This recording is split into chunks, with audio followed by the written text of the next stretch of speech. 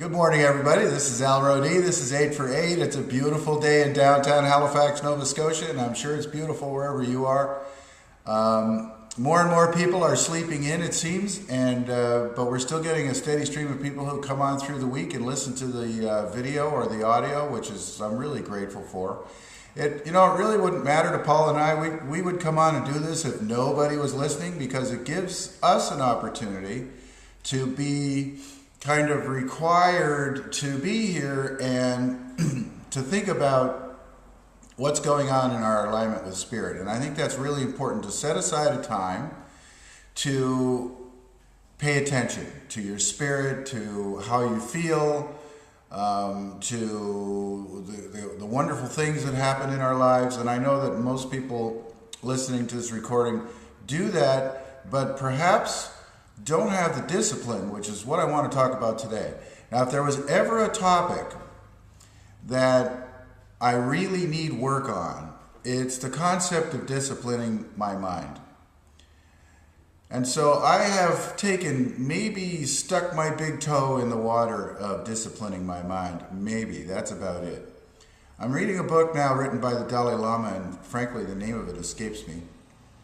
But he talks about discipline. He talks about the idea of making a decision about what you want to think about, making a decision about how you want to feel, making decisions about how you want to run your life, and then following those decisions with discipline and care and consciousness and awareness. And I think that's really important. It rings really true with me. However, I have to kind of reiterate that it hasn't been a pattern in my life, and so being human, I forgive myself for that. But I'm making a declaration today that I'm going to be becoming more disciplined, and I hope that you will too. Jill Bolte Taylor, I've brought this up more than once now. Maybe this is the third or fourth time.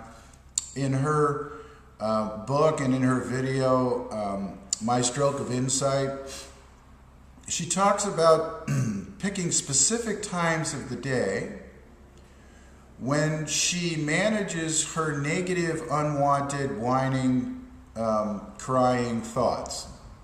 And she picks, for her, it's from 9 to 9:30 in the morning and from 9 to 9:30 at night.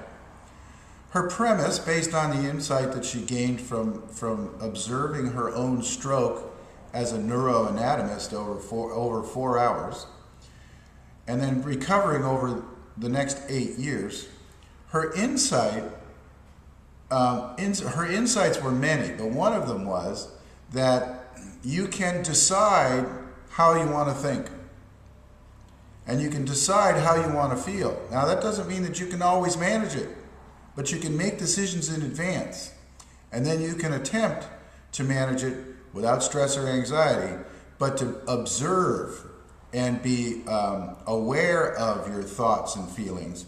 And as you are aware of, most of my clients know that I say lots of times we talk about, when a negative thought comes into your awareness, I say, isn't that interesting? Here comes that negative thought again. And what that does, just that little technique. Now, that sounds really simple, but that little technique has been profound for a lot of my clients and for me too. So when a negative thought comes into my awareness, if I can just catch myself, instead of getting caught up in the loop of all that negativity, whatever's going around, somebody comes to me and they're angry and they want to tell me what's wrong with me, and I start to feel defensive.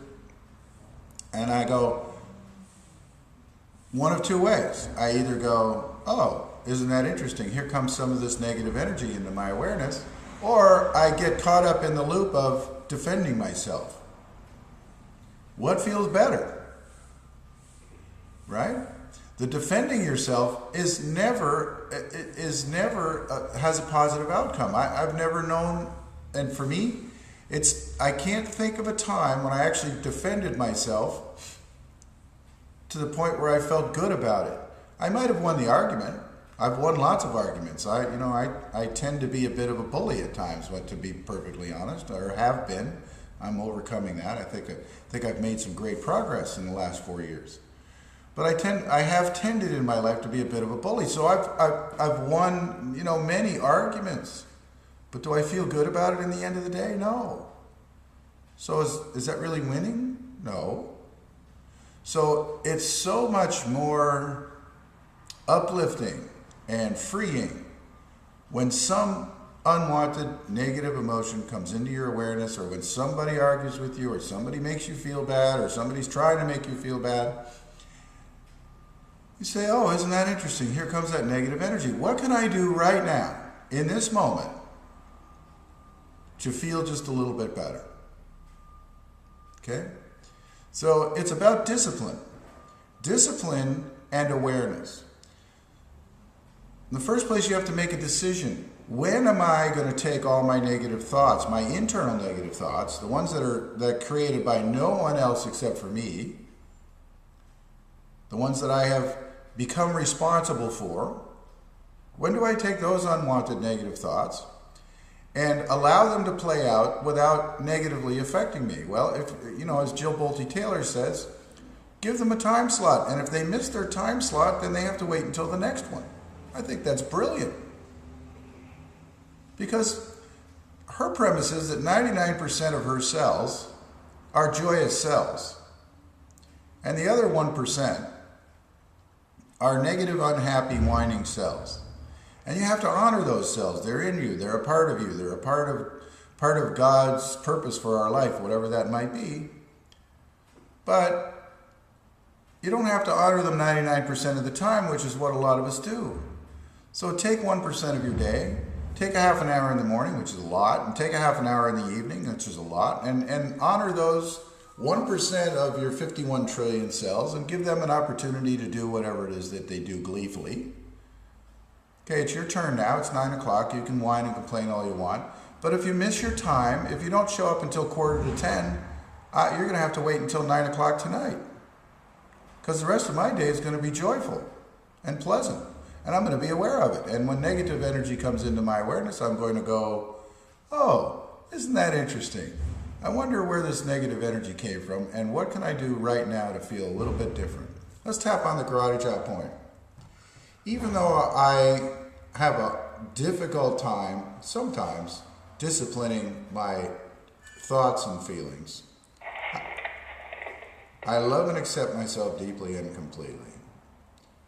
Even though it's easy to get caught up in the loop of negativity, I can still honor my negative cells, my negative feelings, my negative thoughts, but I can manage them. I can put them into a time slot.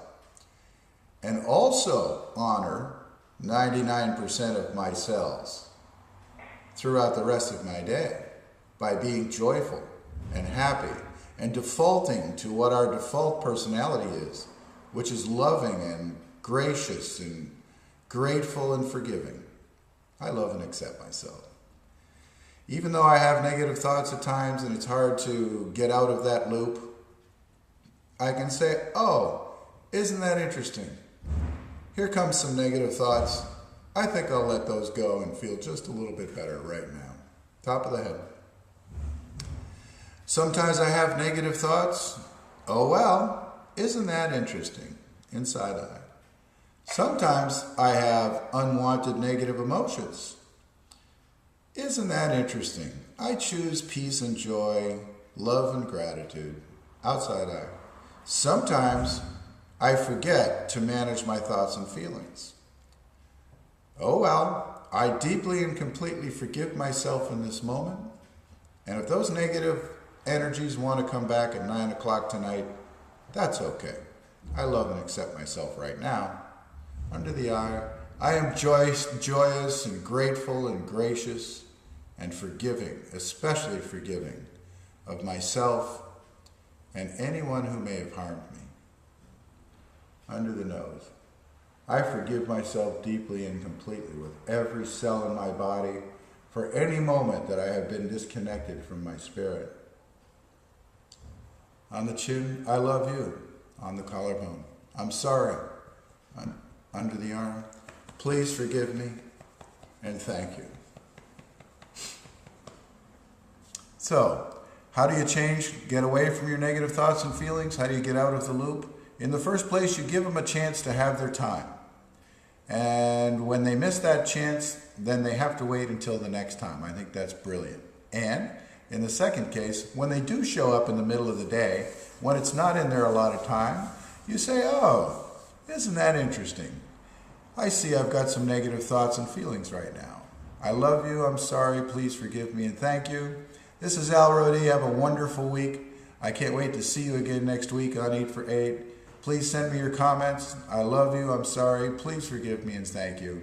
Have a great day. Bye.